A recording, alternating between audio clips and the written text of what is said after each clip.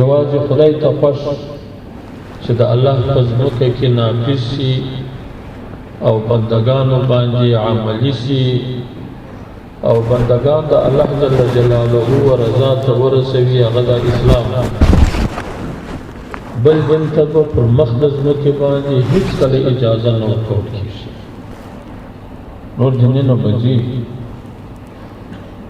او دا مسؤلیت چې نور دینونه به ختموي، لکه صحابه کرامو د رسول الله صلی الله علیه وسلم نه وروسته یا رسول الله علیه وسلم په خپله دوره کې نور دینونه ورک.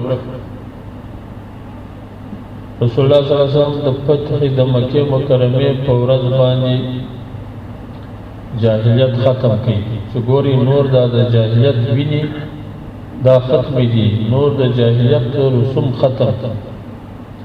حجۃ الوداع کې رسول الله صلی الله علیه وسلم وایي چې نور جاهلیت د پښو لاندې، نور به د جاهلیت رواجونه، رسمونه، د هغو عقاید، د هغو اخلاق نور په اسلام کې ځای نه لري. رسول الله صلی الله علیه وسلم ډېر محنت وکړي چې د جاهلیت رسوم په اسلام کې پاتې نه شي. که پاتې شي خلک به جاهلیت ته مایل شي او بیا به هغې زمانې ته ګرځي. خلکو به د جاهلانو سره بیا هم تعلق پاتې، بیا به هم خلک به هغه ته میل کوي. ډېر وخت د جاهلیت د رواجونو سره خلک روږ سوي دي او د هغو سره محبت دی. نو که دوی ته یاد شي هغه وخت بیا به هغه ته میل کوي. نو د دې کوشش کوو چې ټول تلفظات د جاهلیت هم ختم شي.